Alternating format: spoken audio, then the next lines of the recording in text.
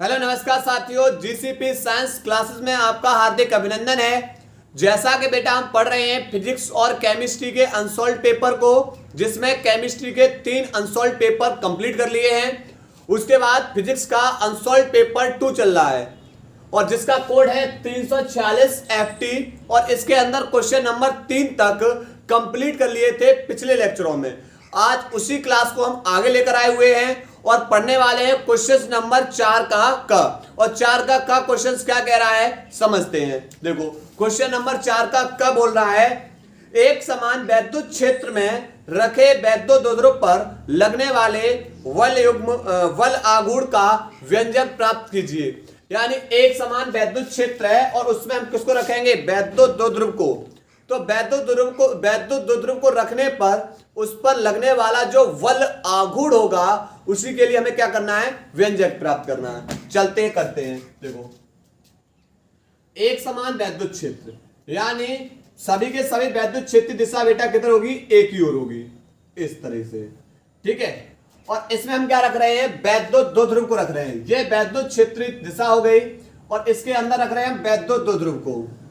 अच्छा, वैद्युत द्रव्य पता होना चाहिए बेटा किससे मिलकर बना होता है, -q और +q आवेश से मिलकर बना होता है। दोनों आवेशों के बीच की दूरी चाहे 2a से लिख लो चाहे 2l से किसी से लिख लो। क्लियर। अब देखो यहां पर वैद्युत क्षेत्र है और वैद्युत क्षेत्र में हमने वैद्युत द्रव्य को रखा। अब वैद्युत क्षेत्र में भी आवेश होगा, वैद्युत क्षेत्र में भी कौन है, आवेश। वैद्युत द्रव्य पर भी क्या है, आवेश। दो आवेशों के कारण कौन उत्पन्न हो जाएगा, बल। कौन उत्पन्न हो जाएगा, बल। अब बल बेटा किधर होगा, तो प्लस के कारण जो बल की दिशा होगी वो बल की दिशा बेटा किधर होगी, बाहर। माइनस के कारण जो बल की दिशा होगी वो बल की दिशा किधर होगी, अंदर की ओर। क्लियर। इस पे मान लिया जो बल लग रहा है वो बल लग रहा है F1, इस पे जो बल लग रहा है वो लग रहा है F2। इन बिंदुओं को नाम दे दो A, इसको नाम दे दिया B, ठीक है। इसको नाम क्या दे दिया, B दे दिया, ठीक है। अब बल लग कितना रहा है, तो वैद्युत क्षेत्र तीव्रता E बराबर हम पढ़ के आए हैं F/Q। E बराबर F/Q।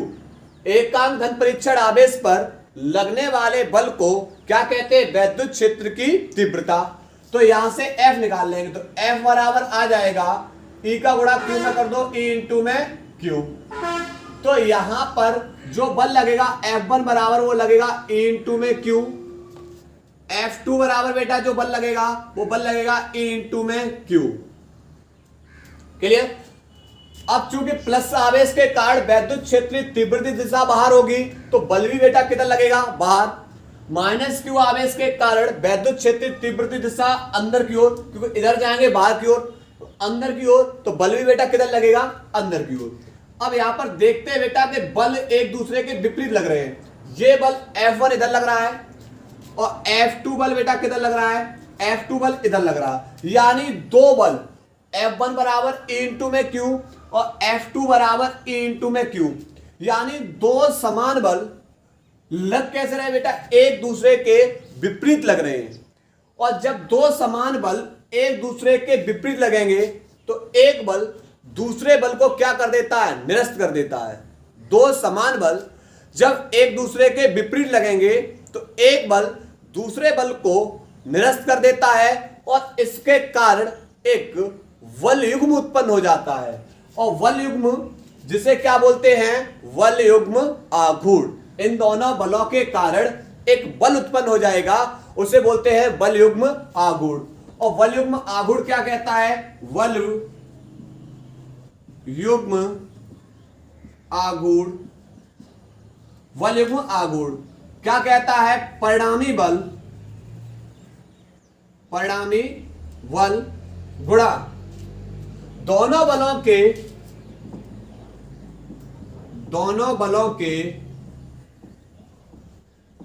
बीच लंबवत दूरी। दोनों बलों के बीच की क्या होगी बेटा, लंबवत दूरी। यानी परिणामी बल, वल युग्म आघूर्ण को बेटा लिखते हैं टाउ से। परिणामी बल चाहे ये वाला ले लो चाहे ये वाला, कोई भी एक बल ले लो। परिणामी बल इनटू दोनों बलों के बीच लंबवत दूरी। अब दो बल ये रहे, एक बल इधर, दूसरा बल ये इधर, इन दोनों बलों के बीच की लंबवत दूरी यानी लंब डाल दिया हमने और इसको नाम दे दिया हमने क्या, सी। तो दोनों बलों के बीच की लंबवत दूरी बेटा क्या है, बीसी। क्या है, बीसी। क्लियर। अब यहां से यही बीसी निकाल रहे हैं, यही निकाल रहे हैं, तो इस त्रिभुज को बेटा बाहर निकाल रहे हैं। ये रहा बेटा त्रिभुज, ये रहा। क्लियर।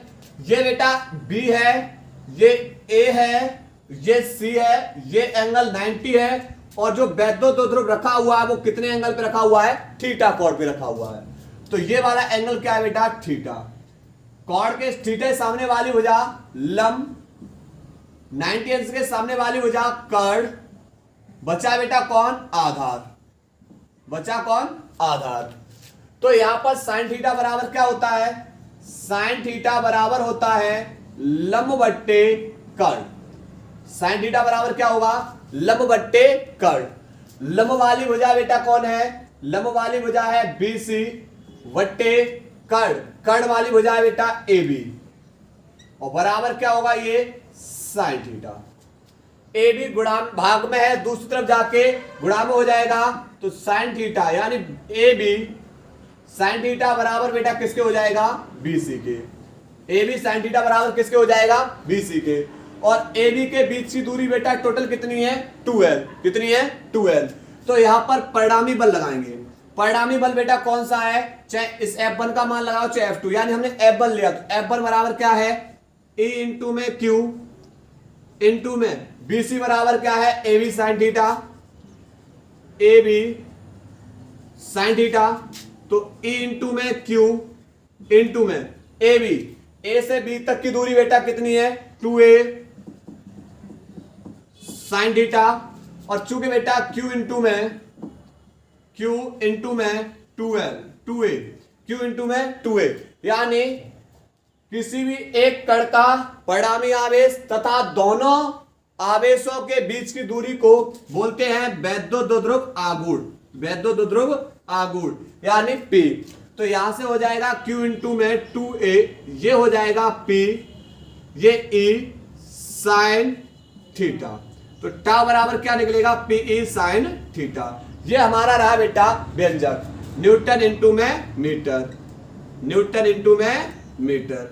ये बेटा हमारा क्या निकलेगा, ये हमारा निकला वलयुग्म आघूर्ण के लिए सूत्र। ये क्या निकला, वलयुग्म आघूर्ण के लिए सूत्र। तो अब इस चित्र के बारे में लिख रहे हैं, लिखेंगे माना एक दो ध्रुव माइनस Q व प्लस Q आवेश से मिलकर बना है, दोनों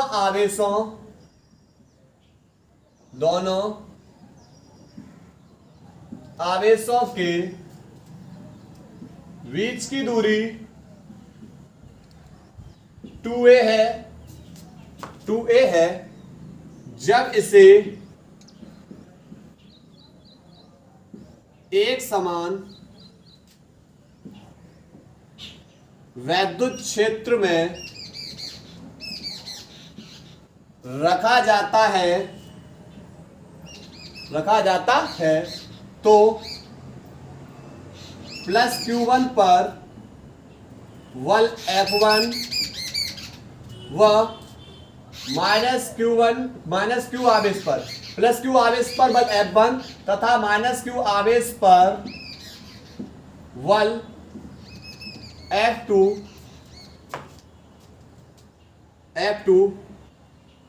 एक दूसरे के विपरीत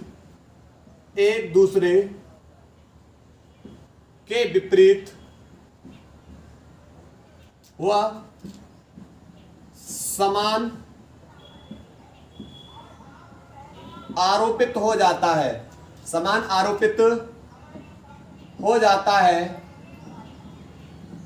जिसके कारण एक वलयुग्म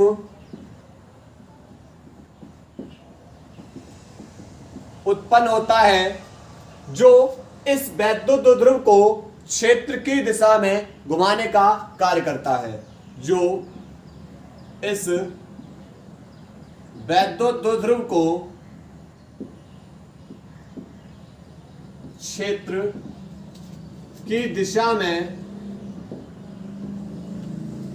घुमाने का कार्य करता है, घुमाने का कार्य करता है। ठीक है, उसके बाद बेटा फिर इसको नोट करना है, नोट करिए।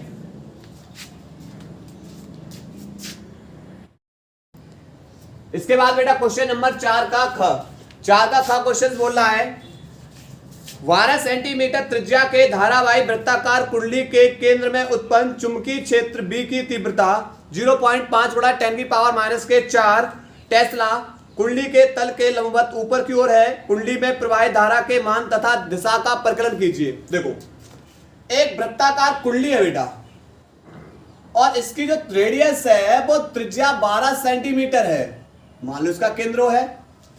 लेकिन बेटा जो चुंबकीय क्षेत्र दिशा है वह कुंडली के लंबवत बाहर की ओर है। किधर है? बाहर की ओर। तो बाहर की ओर है, चलो दिशा बाद में बता देंगे। तो यहां पर जो त्रिज्या दे रखी है r बराबर 12 सेंटीमीटर, पर त्रिज्या सेंटीमीटर नहीं होती है, त्रिज्या किस में होती है? मीटर में। तो 12 सेंटीमीटर मीटर में चेंज करो, 10⁻⁻2 से गुणा कर दो, मीटर बदल जाएगा। और चुंबकीय क्षेत्र है वो B बराबर 0.5 गुणा 10⁻⁴ टेस्ला। ये चुंबकीय क्षेत्र है, तो पहले हमें क्या बतानी है? धारा। और वृत्ताकार कुंडली के कारण जो चुंबकीय क्षेत्र का फॉर्मूला होता है μ0 इंटू में I/2r, I/2r। अब हमें निकालना किसको? इस I को निकालना है शेष विपरीत भेज दो, तो B ये भाग में है, दूसरी तरफ जाके गुणा में, बट्टे ये किस में है? ये गुणा में है, दूसरी तरफ जाके भाग में, बराबर कौन बचेगा? I। बराबर कौन बचेगा? I। तो इस फॉर्मूले के अंदर मान लगा दीजिए। इस फॉर्मूले के अंदर मान लगाएंगे, B का वैल्यू है 0.5 गुणा 10⁻⁴ इंटू 2। R का वैल्यू बेटा कितना है? R का वैल्यू है 12 गुणा 10⁻⁻2 वट्टे μ0, और μ0 का वैल्यू होता है 4 पाई इंटू में 10⁻⁷। क्लियर? अब देखो 4 से ये कट जाएंगे, 4 तिये 12 बार। क्लियर? तो यहां से 5 दूनी 10, एक अंक बाद दशमलव इंटू 10⁻⁻4 और -2 -6। उसके बाद और कौन बचेगा? यहां पर 3 बचे हुए हैं। क्यों? क्योंकि 2 का गुणा हमने बेटा 5 के अंदर कर दिया है। 5 दूनी 10, एक अंक बाद दशमलव, 10⁻�4 और -2 -6। उसके बाद यहां पर कौन बचा हुआ है? यहां बचा हुआ है 3, और ये -7 ऊपर जाएगा +7, और बट्टे में नीचे केवल बचेगा पाई। नीचे कौन बचेगा? पाई। तो यहां से 3 इंटू में, यहां से 10⁻+7 में से -6 गए, केवल 10 बचेगा। पाई का वैल्यू लगाएंगे 3.14। पाई का वैल्यू कितना हो जाएगा? 3.14। तो दशमलव हटाओ, ऊपर 2 जीरो और बढ़ा लो, तो 3000 का भाग करेंगे। 3000 में भाग करेंगे कितने का? 314 का। 9 बार देखते हैं। 9 चौकू 36, 9 एकम 9, 9 चौकू 36, और बचा कितना? बचा 3, 9 एकम 9, 3 12, 9 3 27 और 1 28। बचेगा कितना? यहाँ पर 4, 7, यहाँ पर 1, 10 लगाओ 0, तो 5 15, तो लगभग में 5 बार चला जाएगा। तो ये आ जाएगा 9.5 एम्पियर, 9.5 एम्पियर। अब बात करेंगे दिशा की, कि डायरेक्शन किधर होगी। देखो, चुंबकीय क्षेत्र दिशा बता रहा है बाहर की ओर, पॉइंट की ओर, जिस ओर पॉइंट है, बिंदु है, उस ओर कर दो उंगलियां, हथेली दिशा कर दो बाहर की ओर। अब आप किसी भी पॉइंट पर देखो, अंगूठा बेटा इधर, अंगूठे दिशा कैसी होगी? अंगूठे दिशा ये होगी, यानी घड़ी के विपरीत दिशा में। और जब घड़ी के विपरीत दिशा में होगी तो धारा कैसी प्रवाहित होगी? धारा होगी वामावर्त। कैसी प्रवाहित होगी? वामावर्त। क्लियर? क्वेश्चन नंबर 4 का खा नोट करिए। इसके बाद बेटा क्वेश्चन नंबर 4 का ग क्वेश्चन बोल रहा है पूर्ण आंतरिक परावर्तन तथा क्रांतिक कोण क्या है, प्रकाशिक तंतु किस सिद्धांत पर कार्य करता है। सबसे पहले समझेंगे क्रांतिक कोण। पहले किसको समझेंगे? क्रांतिक कोण। क्रांतिक कोण क्या है? क्रांतिक कोण देखो, एक सरफेस ली, एक सतह ली, ये सतह दो माध्यम को अलग अलग करती है। मान लिया ऊपर वाले जो ऊपर वाले सतह है, सतह के ऊपर वाला जो भाग है वह विरल माध्यम वाला है, सतह के नीचे वाला भाग है वो कौन सा वाला है? सघन माध्यम वाला। अब प्रकाश की किरण को हम बेटा कहां से भेजेंगे? सघन माध्यम से, और सघन माध्यम से एक प्रकाश की किरण जा रही है, इस सतह पर आपतित हो रही है, इसलिए बेटा ये वाली किरण कौन सी हो जाएगी? आपतित किरण। ये हमने डाल दिया अविलंब, ये क्या डाल दिया हमने? अविलंब एंड एस, और ये हमारी आपतित किरण। लेकिन ये आपतित किरण विरल माध्यम में जाकर कितने अंश के बराबर हो जाए? ये समकोण के बराबर हो जाए। विरल माध्यम में जाकर ये किरण कितने किसके बराबर हो जाए? समकोण के बराबर, अर्थात थीटा बराबर 90 अंश पे चली जाए विरल माध्यम में। तो यही बेटा जो ये कोण है, यही कोण बेटा क्या कहलाएगा? आपतन कोण। यही आपतन कोण क्या कहलाएगा? क्रांतिक कोण। यानी यही आपतन कोण क्या कहलाएगा?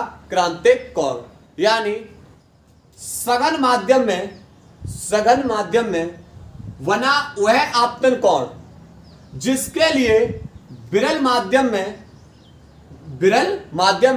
अपवर्तन कोण समकोण के बराबर हो जाता है। किसके बराबर हो जाए? अपवर्तन कोण किसके बराबर हो जाता है? समकोण के बराबर हो जाता है। क्या कहलाएगा? क्रांतिक कोण कहलाता है। इसे हम किससे लिखेंगे? सी से। तो परिभाषा लिखेंगे, सघन माध्यम में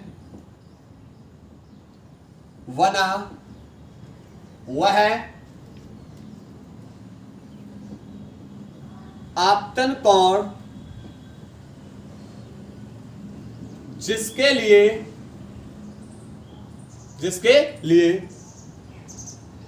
विरल माध्यम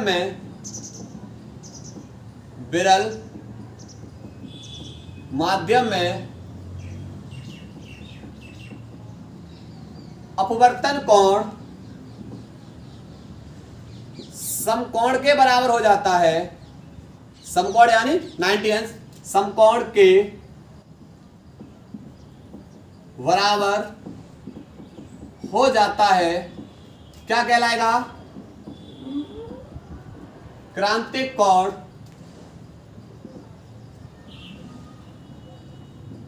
कहलाता है। क्या कहलाता है? क्रांतिक कोण कहलाता है। इसे सी से प्रदर्शित करते हैं। किससे प्रदर्शित करेंगे? सी से। यानी आपतन कोण आई बराबर होगा सी के। कब? जब अपवर्तन कोण किसके बराबर होगा? समकोण के। क्लियर? ये बेटा घटना हो गई क्रांतिक कोण की। अब हम पढ़ेंगे पूर्ण आंतरिक परावर्तन। किसको पढ़ेंगे? पूर्ण आंतरिक परावर्तन। पूर्ण आंतरिक परावर्तन, परावर्तन का मतलब प्रकाश टकराए और उसी माध्यम में वापस लौट जाए। अब कब लौटेगा? आपतन को जो सघन माध्यम में ये जो आपतन कोण है, इस आपतन कोण का मान अगर क्रांतिक कोण से थोड़ा और बढ़ा दिया जाए, थोड़ा सा और बढ़ा दिया जाए, यानी यहां कर दिया जाए, तो ये बेटा किरण जाएगी सतह से टकरा के पुनः उसी माध्यम में वापस चली जाएगी, यानी पुनः सघन माध्यम में वापस चली जाएगी। और यही घटना क्या कहलाती है? पूर्ण आंतरिक परावर्तन। क्या कहलाएगी? पूर्ण आंतरिक परावर्तन। यानी क्रांतिक कोण से मान, आपतन कोण का मान क्रांतिक कोण से अधिक कर दो, आई का मान क्रांतिक कोण सी से कैसा कर दो? अधिक। तो यह किरण बेटा सतह से टकराकर पुनः सघन माध्यम में वापस लौट जाएगी। और यही घटना क्या कहलाती है? पूर्ण आंतरिक परावर्तन। तो लिखेंगे इसमें, यदि सघन माध्यम में आपतन कोण का मान क्रांतिक कोण के मान से क्रांतिक कोण के मान से अधिक, यानी I अधिक कर दो क्रांतिक कोण से के मान से अधिक कर दिया जाए तो यह किरण सतह से टकराकर पुनः सघन माध्यम में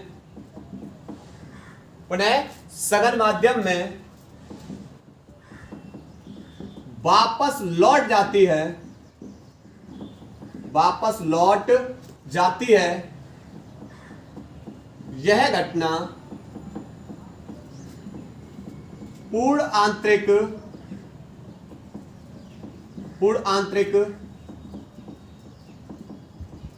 परावर्तन कहलाती है। पूर्ण आंतरिक परावर्तन कहलाती है। स्टेप 2 क्लियर हो गया। अब इसमें बेटा एक क्वेश्चन और पूछा गया है इसी के अंदर कि जो प्रकाशिक तंतु है किस सिद्धांत पे कार्य करता है। प्रकाशिक तंतु बेटा इसी का उदाहरण है, पूर्ण आंतरिक परावर्तन का। बेलनाकार पाइप होता है और जिसके अंदर प्रकाश प्रवेश कर जाता है और लगातार उसका परावर्तन होता रहता है और दूसरे सिरे से क्या हो जाएगा, प्रकाश बाहर हो जाता है। तो यह बेटा घटना किस पे है, आधारित पूर्ण आंतरिक परावर्तन पे। तो प्रकाशिक तंतु पूर्ण आंतरिक परावर्तन की घटना पर आधारित है। क्लियर। क्वेश्चन नंबर 4 का ग नोट करिए। इसके बाद बेटा क्वेश्चन नंबर 4 का घ सवाल दे रखा है, इंपॉर्टेंट सवाल है ये बोर्ड एग्जाम की दृष्टि से। क्या है सवाल बेटा, दर्शाई गए परिपथ, यानी एक सर्किट बना हुआ है परिपथ, ये रहा, ये सर्किट बना हुआ है इस तरीके से और इस पे जोड़ा गया है बैटरी को, आपके विद्युत वाहक बल जोड़े गए हैं इस तरीके से। ये आपका चित्र दे रखा है। क्लियर। इसे जोड़ा गया है 3 वोल्ट से विद्युत वाहक बल, 2 वोल्ट, 1 वोल्ट, ये बी टर्मिनल है और ये ए है। क्लियर। और हमें पूछा है ए और बी के बीच विभवांतर, ए को।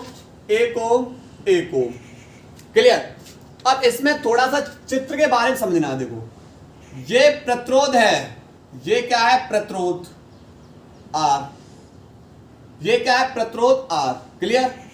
और इसमें धारा बह रही है आई।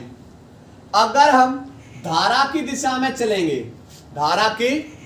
चलेंगे तो चिन्ह लेंगे प्लस के आई इंटू में आर। चिन्ह कैसे लेंगे, प्लस के आई इंटू में आर। और यह प्रतिरोध है बेटा, यह प्रतिरोध है आर और धारा इस ओर बह रही है, पर हम चल रहे हैं धारा के विपरीत दिशा में। धारा के विपरीत दिशा में चलोगे तो चिन्ह लोगे माइनस के आई इंटू में आर। तो धारा जो चिन्ह आएगा वो कैसा लोगे, माइनस के आई इंटू में आर। क्लियर। ऐसे ही ये लगा हुआ है विद्युत वाहक बल, ये प्लस टर्मिनल है और ये माइनस टर्मिनल है। अगर हम माइनस से प्लस की ओर चलेंगे, माइनस से प्लस की ओर चलेंगे, चिन्ह लेंगे प्लस का। कैसा लेंगे, प्लस का। और ध्यान रखना अगर ये विद्युत वाहक बल रहा E और प्लस टर्मिनल माइनस टर्मिनल और हम चल रहे हैं माइनस से प्लस की, अगर प्लस से माइनस की ओर चलोगे तो चिन्ह कैसा लोगे, माइनस। माइनस से प्लस की ओर चिन्ह बेटा कैसा लोगे आप, प्लस का। और प्लस से माइनस की ओर चलोगे चिन्ह कैसा लोगे, माइनस का। अब देखो इसमें 2 बंद पास बन गए, पहला बंद पास ये रहा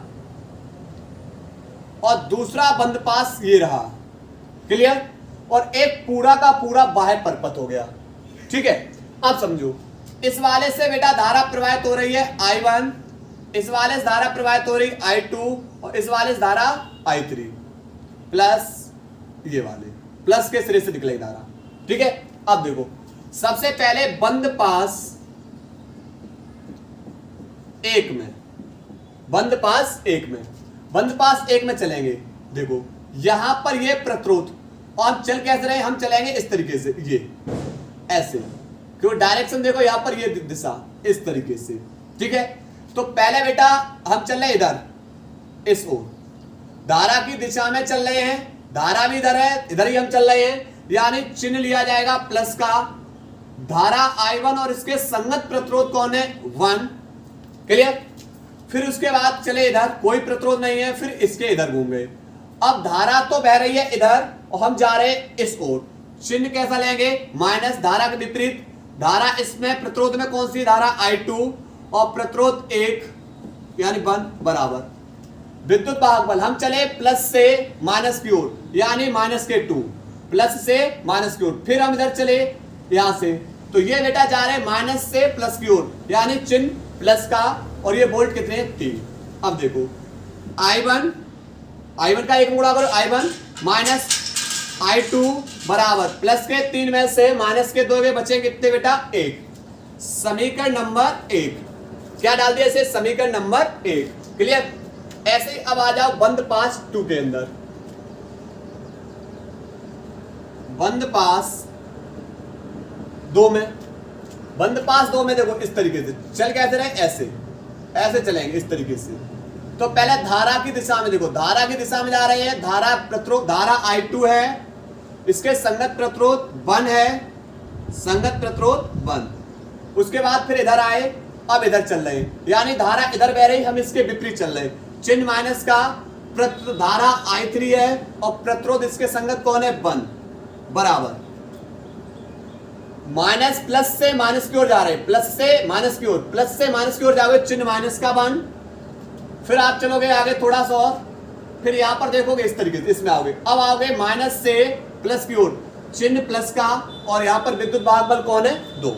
ठीक है, और ये हम कौन सा नियम लगा रहे हैं, KVL, किरचॉफ वोल्टा नियम, दूसरे में दूसरा नियम है। ठीक है, तो यहां पर I2 का गुणा 1 में करोगे, I2 माइनस I3 का 1 गुणा करोगे, I3 बराबर प्लस के 2 में से माइनस का 1 गया, प्लस का 1। समीकरण नंबर इसे डाल दो 2, समीकरण नंबर 2।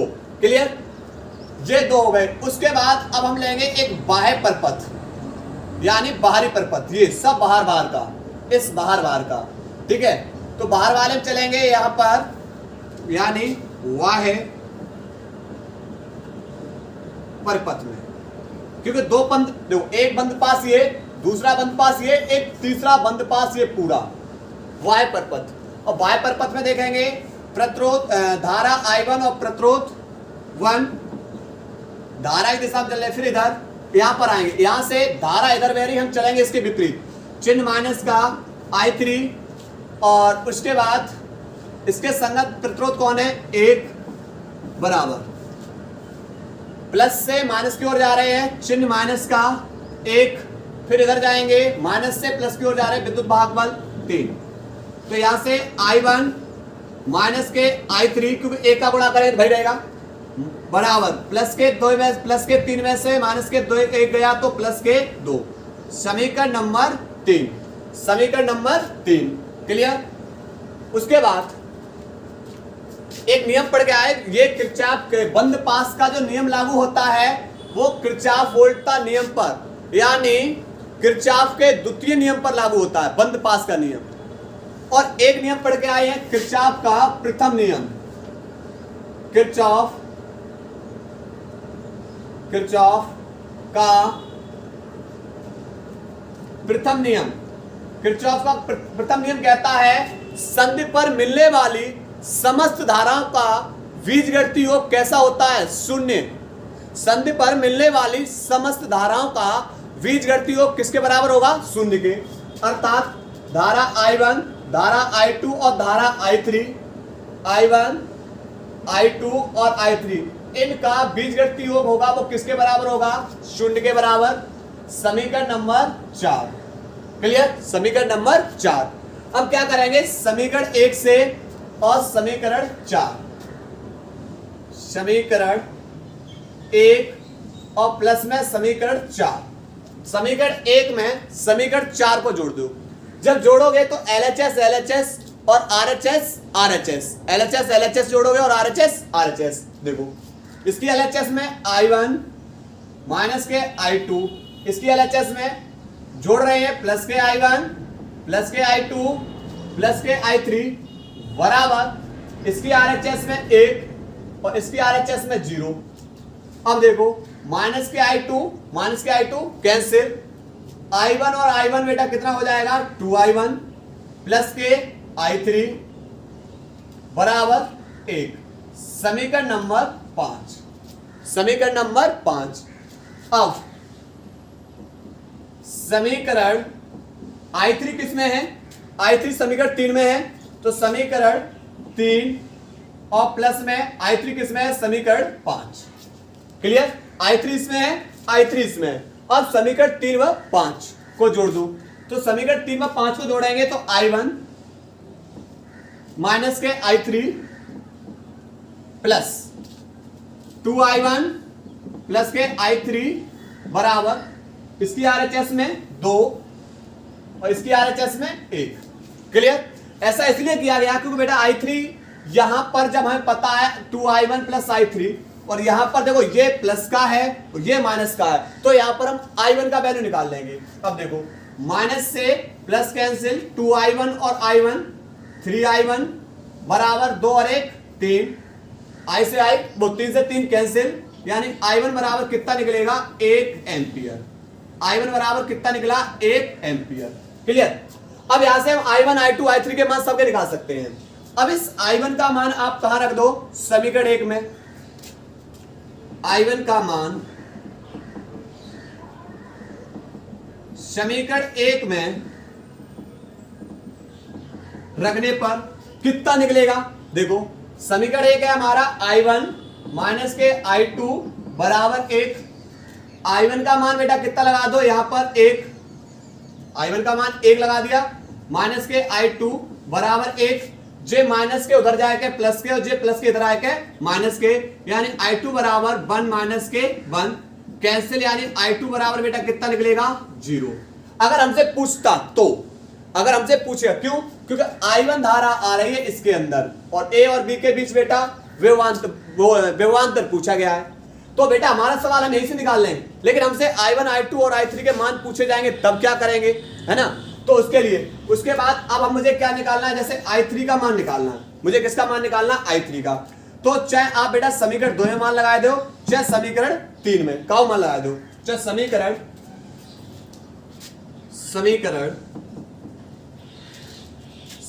2 से, समीकरण 2 से क्या है, समीकरण 2 I2 माइनस के I3 बराबर बेटा कितना 1। क्लियर, अब यहां से करना क्या है, यहां से I2 का वैल्यू कितना है 0, माइनस के I3 बराबर 1, जे I3 उधर जाएंगे प्लस के और ये प्लस का इधर आके बेटा किसका हो जाएगा, सॉरी ये प्लस का उधर आके माइनस का, यानी I3 बराबर माइनस के 1 एम्पियर। क्लियर, तो यहां पर I1 बराबर 1 एम्पियर, I2 बराबर 0 और I3 बराबर माइनस के 1 एम्पियर। लेकिन हमें पूछा क्या है, A और B के बीच विभवांतर पूछा है, तो यहां पर निकाल ले रहे हैं A व B के मध्य विभवांतर V बराबर E माइनस के I1 इंटू में R1। क्यों, क्योंकि बेटा यहां से जो धारा उत्पन्न हो रही है वो कौन सी उत्पन्न हो रही है, I1 वाली। क्लियर, तो यहां पर B का वैल्यू बेटा कितना है, B तो निकालना है। इसमें विद्युत वाहक बल बेटा कितना लगा हुआ है, विद्युत वाहक बल 3 माइनस के I1 का वैल्यू कितना है, I1 का वैल्यू यहां पर बेटा कितना है, I1 कहां निकाला, ये रहा 1 इंटू में R1 बेटा कितना है, तो ये आंतरिक प्रतिरोध है, ये सेल के साथ ये जुड़े आंतरिक प्रतिरोध R1 कितना है 1, तो 3 माइनस के 1 एकम 1, अर्थात B बराबर बेटा कितना वोल्ट निकलेगा 2 वोल्ट। कितना निकलेगा 2 वोल्ट। ये हमारा रहा आंसर, नोट करिए।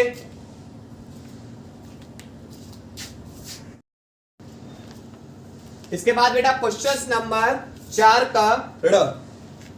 का बड़ा क्वेश्चन बोल रहा है, क्या कह रहा है, अन्योन्य प्रेरकत्व की परिभाषा दीजिए और उसके बाद फिर एक क्वेश्चन और है, सिद्ध कीजिए हेनरी बट्टे मीटर इक्वल टू न्यूटन बट्टे एम्पियर मीटर स्क्वायर। देखो सबसे पहले हम परिभाषा देंगे अन्योन्य प्रेरकत्व की। अन्योन्य प्रेरकत्व की परिभाषा, अन्योन्य प्रेरकत्व की परिभाषा क्या है, देखो दो कुंडली हैं और दो कुंडलियों को बेटा क्या रखा जाए, पास पास रखा जाए। दो कुंडली को क्या किया जाए, पास पास रखा जाए। और दो कुंडली को पास पास रखने पर एक कुंडली में क्या किया जाए, एकांक धारा को प्रवाहित किया जाए। देखो तो एकांक धारा प्रवाहित करने के लिए इसे हमें बेटा सेल या बैटरी से जोड़ना होगा, तभी बेटा इसमें एकांक धारा प्रवाहित होगी। तो इसमें धारा प्रवाहित करने पर दूसरी कुंडली के अंदर चुंबकीय फ्लक्स उत्पन्न हो जाते हैं। दूसरी कुंडली के अंदर कौन उत्पन्न हो जाएंगे, चुंबकीय फ्लक्स।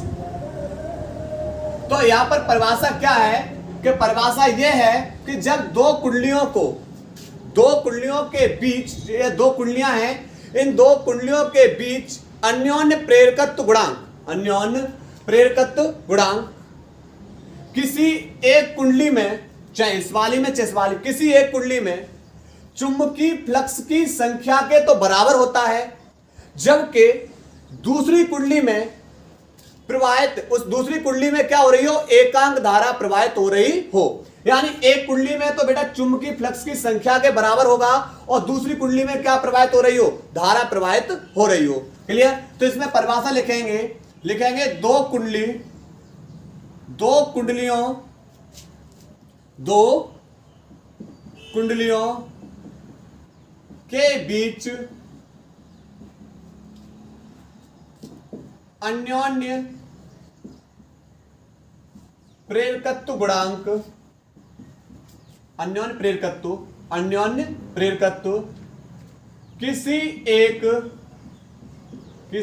एक कुंडली में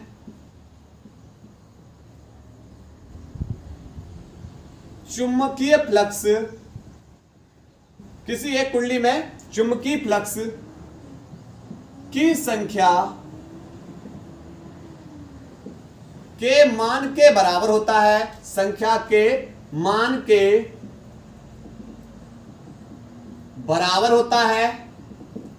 अन्योन्य प्रेरकत्व गुणांक किसी एक कुंडली में चुंबकीय फ्लक्स की संख्या के मान के बराबर होता है, जबकि दूसरी कुंडली में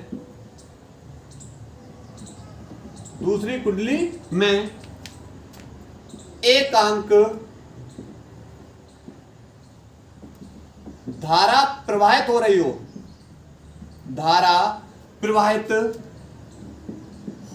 हो, क्लियर। एक कुंडली में धारा प्रवाहित करेंगे और दूसरी कुंडली बेटा उस धारा के संपर्क में आने पर दूसरी कुंडली बेटा क्या उत्पन्न हो जाएगा, चुंबकीय फ्लक्स। तो इनके बीच जो बेटा होगा भाई क्या कहलाएगा, अन्योन्य प्रेरकत्व। क्लियर। उसके बाद सिद्ध करना है। सिद्ध क्या करना है, हेनरी बट्टे मीटर बराबर न्यूटन बट्टे एम्पियर स्क्वायर। इसको सिद्ध करना है। अब किस तरीके से सिद्ध करेंगे, देखो सिद्ध करने के लिए बेटा हम इसकी LHS को लेकर चल रहे हैं। किसको लेकर चलेंगे, LHS को लेकर चलेंगे और RHS को क्या कर देंगे, सिद्ध कर देंगे। देखो सबसे पहले बेटा हम इसकी LHS को लेंगे। LHS में हमारा हेनरी बट्टे मीटर। अब सबसे पहले इस हेनरी के बारे में समझेंगे। पहले किसके बारे में समझेंगे, हेनरी बेटा हमारा स्वप्रेरकत्व गुणांक का मात्रक होता है। तो यहां पर L बराबर होता है, इस हेनरी के बारे में L बराबर होता है E upon D I upon D T. Clear. L बराबर, और इसका मात्रक क्या होता है, हेनरी। अब देखो dt को ऊपर भेज दो, तो dt ये समय है और I क्या है, धारा। I धारा है, t क्या है, समय। तो E इंटू में dt और बट्टे में di, बट्टे में क्या हो जाएगा, di। क्लियर। अब ई के बारे में समझो थोड़ा सा। ई है हमारा विद्युत वाहक बल और ई बराबर होता है W अपॉन क्यू। ई बराबर क्या होता है W अपॉन क्यू और W बराबर क्या होता है बल गुणा विस्थापन, बल F और गुणा विस्थापन को बेटा हमने किससे लिख दिया S से, वट्टे क्यू। ये ई बराबर हो गया। क्लियर। यहां पर तो लगाएंगे L बराबर ई बराबर क्या लगाएंगे F इंटू में S वट्टे क्यू, इंटू में कौन है, इंटू में है dt और बट्टे में कौन है, बट्टे में है di, बट्टे में कौन है di। अब लगाते वैल्यू वल F, वल यहां पर F को हमने बेटा किससे लिखा है, वल को F से लिखा है। S हमारा विस्थापन है और Q हमारा क्या है, आवेश है। E हमारा क्या है, विद्युत वाहक बल है। क्लियर, विद्युत वाहक बल है। अब देखो बल का मात्रक क्या होता है बेटा, न्यूटन। बल का मात्रक क्या होता है, न्यूटन। विस्थापन का विस्थापन बेटा दूरी होती है, तो विस्थापन यानी दूरी, और दूरी बेटा किस मापी जाती है, मीटर में। इंटू में समय का मात्रक क्या होता है, सेकंड। समय का मात्रक क्या होता है, सेकंड। बट्टे क्यू, और क्यू बराबर बेटा होता है I इंटू में टी। क्यू बराबर क्या होता है, I इंटू में टी। तो यहां पर I देखो यहां पर तो क्यू बराबर लगा देंगे I इंटू में टी। यहां पर लिख दे रहा हूं I इंटू में टी, बाद में लिख दूंगा मात्रक। इंटू में धारा, और धारा का मात्रक क्या होता है, एम्पियर। धारा का मात्रक क्या होता है, एम्पियर। तो यहां से न्यूटन इंटू में मीटर इंटू में सेकेंड वट्टे धारा का मात्रक क्या होता है बेटा, एम्पियर। इंटू में टी, समय का मात्रक सेकेंड, इंटू में एम्पियर। इंटू में क्या होगा, एम्पियर। अब कुछ कट पिट रहा है, तो बिल्कुल कट रहा है बेटा, यहां से सेकेंड कैंसिल, तो बचेगा ऊपर बचेगा न्यूटन इंटू में मीटर बट्टे एम्पियर गुणा एम्पियर, एम्पियर स्क्वायर। और ये बेटा हमने किसको निकाला, L, और L हमारा इसका मात्रक क्या है, हेनरी। इसका मात्रक क्या है, हेनरी। तो इस हेनरी की जगह बेटा हम क्या लगाएंगे, इसको लगाएंगे। क्लियर। हेनरी की जगह बेटा हम किसको लगाएंगे, इस L को, क्योंकि इसका मात्रक क्या होता है, हेनरी। L का मात्रक क्या होता है, बेटा लगाएंगे इसको। तो लगाएंगे यहां पर हेनरी की जगह बेटा निकाला हमने न्यूटन इंटू में मीटर वट्टे एम्पियर स्क्वायर। ये लगा दिया हेनरी की जगह, ये हेनरी की जगह, क्योंकि L का मात्रक हेनरी, और बट्टे में बेटा कौन है, मीटर। तो बट्टे में मीटर, तो ये रहा मीटर। मीटर से मीटर कैंसिल, तो ये आ जाएगा न्यूटन वट्टे एम्पियर स्क्वायर, वट्टे एम्पियर स्क्वायर। और ये बेटा सिद्ध हुआ, यानी इति सिद्धम। क्लियर, नोट करिए।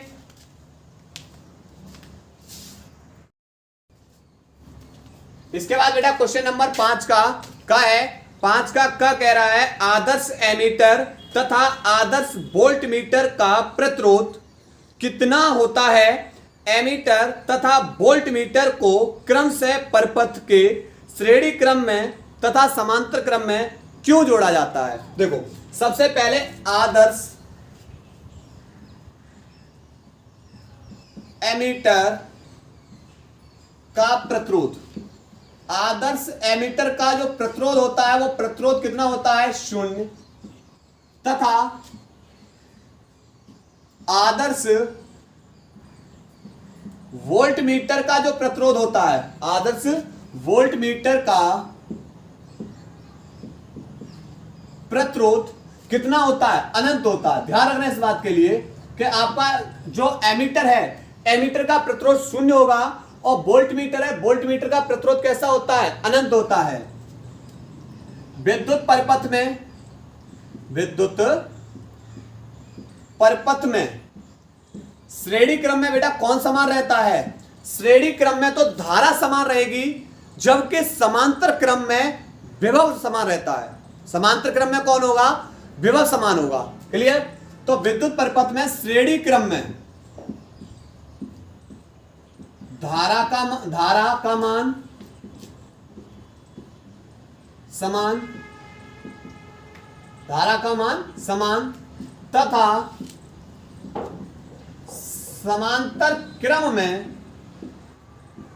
समांतर क्रम में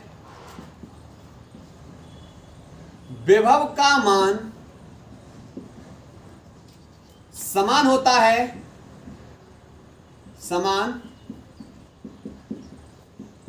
है, अतः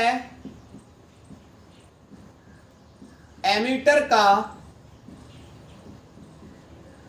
प्रतिरोध 0 तथा वोल्टमीटर का प्रतिरोध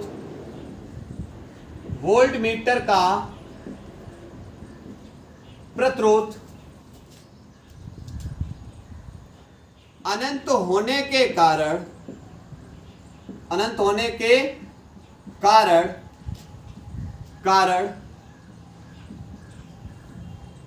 एमीटर को श्रेणी क्रम में तथा वोल्टमीटर को समांतर क्रम में जोड़ा जाता है। क्लियर? नोट करिए क्वेश्चन नंबर 5 का आपका